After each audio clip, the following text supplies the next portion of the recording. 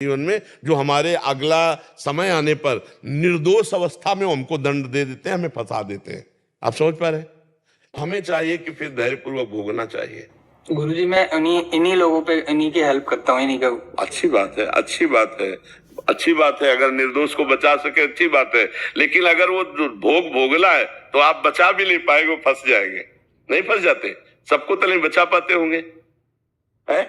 हाँ, उनका भोग है तो फिर उनको भोगना पड़ेगा। आप चाहे जितना उनको निर्दोष साबित करें, अवश्य में भोक्तव्यम कृतम कर्म शुभाशुभम। जी जी। प्रीति जी पंजाब से। राधे राधे महाराज जी। महाराज जी, गृहस्थ जीवन में दैनिक कार्य करते हुए भगवान की स्मृति हर समय बनी रहे और सब में भगवत दर्शन हो, पर यह संभव नहीं हो पाता। नहीं, संभव असंभव नहीं कह सकते आप। कठिन है लेकिन असंभव नहीं है। किसका प्रश्न है?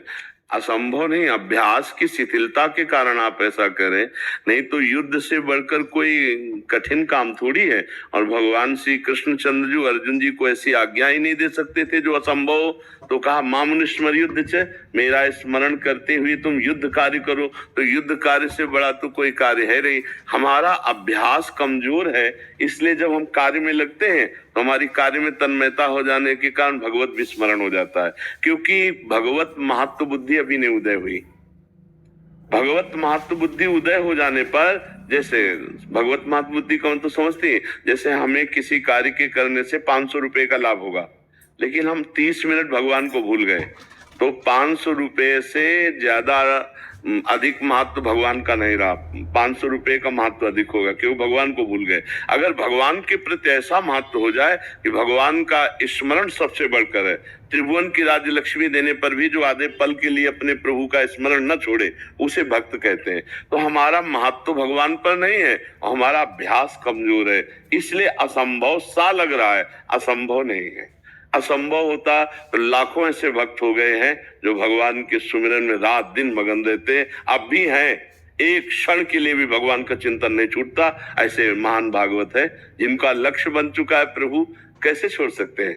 चिंतन अंदर का होता है। चिंतन की प्रधानता कैसे होती है? जैसे परदेश गए हुए पति की उसकी पत्नी चिंतन करती, सास की सेवा करती है, अपने देवर की सेवा करती है, घर में सोनी, लेकिन उसका चित्त बार बार अपने पति से ही बातें करता है, बार बार अपने पति का चिंतन करता है, उन्हीं की शुद्ध रहती है। ऐसे हमको अपने भगवान का चिंतन करना है।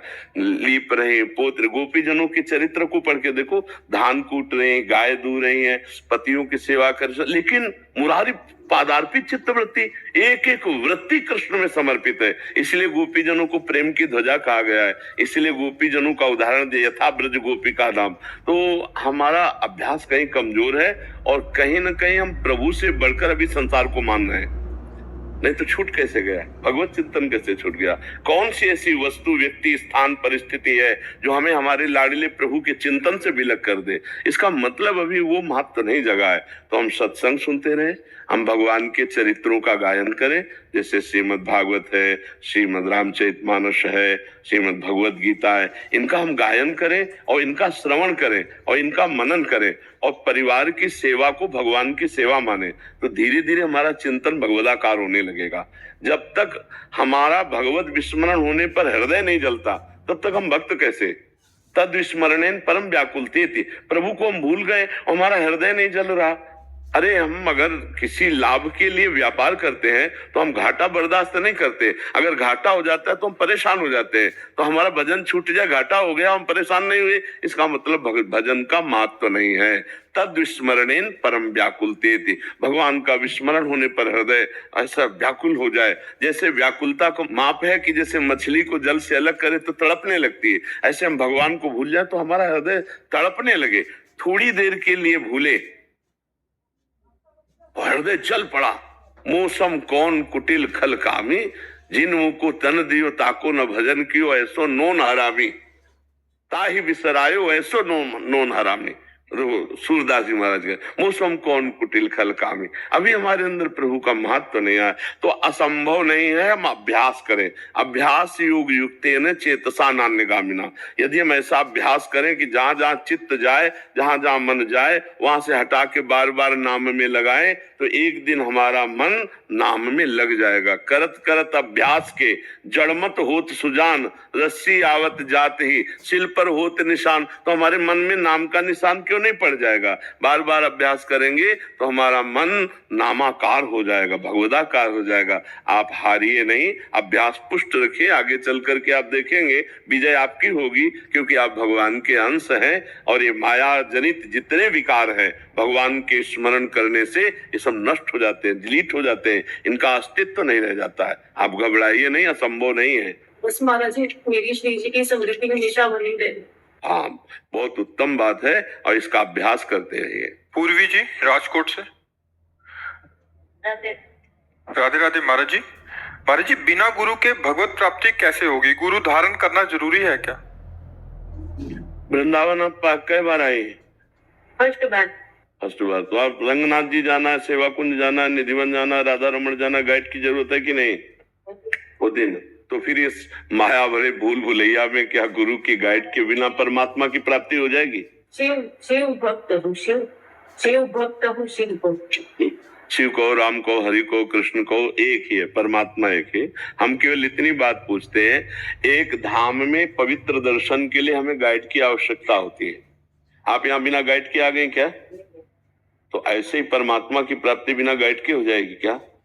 इस संसार की भूल भुलैया में गुरु रूपी गाइड ना मिले तो हम नहीं पहुंच सकते। पर चाहे शिव विरंच सम होई, गुरु बिन भवनिधि तरे न कोई। बिना गुरुदेव की कृपा के परमार्थ कैसे जागृत हो सकता है? आप यहाँ सुन रही हैं, आप इस पर चलना चाहेंगी तो आपको हमारी बात माननी पड़ेगी ना। तो बस जिन संत की बात मान ले वही गुरुदेव है। बात मानकर चलना ही तो गुरुदेव है। हम कह रहे राधा राधा जपो, कृष्ण कृष्ण जपो, शिव शिव जपो, हरि हरि जपो, जपो, हो गई बात। और सत्संग सुनो, अपने आप मार्ग प्रशस्त हो जाएगा। तो कहीं भी कोई भी नाम जप करे तो किसी न किसी संत के मुख से तो निकला हुआ है, बस पकड़ लो उसको। गुरु का मतलब है किसी महापुरुष के द्वारा जो सत मार्ग प्रशस्त किया जा रहा है उसे हम पकड़ लें तो हमारा मार्ग पुष्ट हो जाएगा।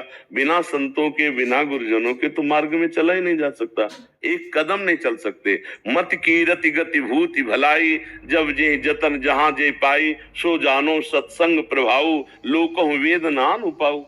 मति गति कीर्ति जो कुछ भी विभूति आज तक किसी को प्राप्त हुई वो संत से प्राप्त हुई। अगर संत न मिले तो परमार्थ का मार्ग ही पुष्ट नहीं होगा, तो कैसे चल पाएंगे? जैसे कहते हैं हम भगवान को गुरु बना करके परमार्थ में चल रहे, तो भगवान तुम्हें डांटेंगे क्या?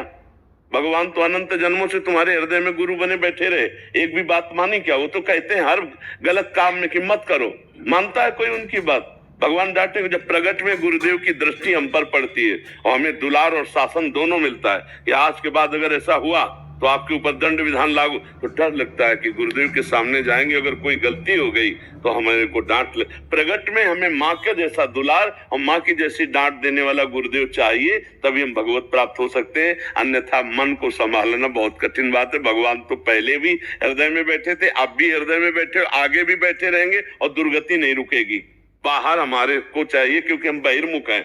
बाहर रूप धर करके बंदो गुरुपद कंज, कृपा सिंधु नर रूप हरि, महामोहतम पुंज, जासु बचन रवि कर निकर। जब गुरुदेव बाहर से हमें पकड़ते हैं, डांटते हैं, तब हम अंदर के भगवान को जान पाते हैं। अंदर के भगवान तो सबके हृदय में बैठे, पर दुर्गति किसी के नहीं रुक रही है। जब बाहर भगवान मान लेते, गुरु ब्रह्मा गुरु विष्णु गुरुदेव महेश्वरा, गुरु साक्षात परब्रह्म तस्मै श्री गुरुवे नमः, तब फिर अज्ञान रूपी अंधकार का नाश करने के लिए उनके वचन सूर्य के समान हमारे हृदय में प्रकाशित हो जाते हैं।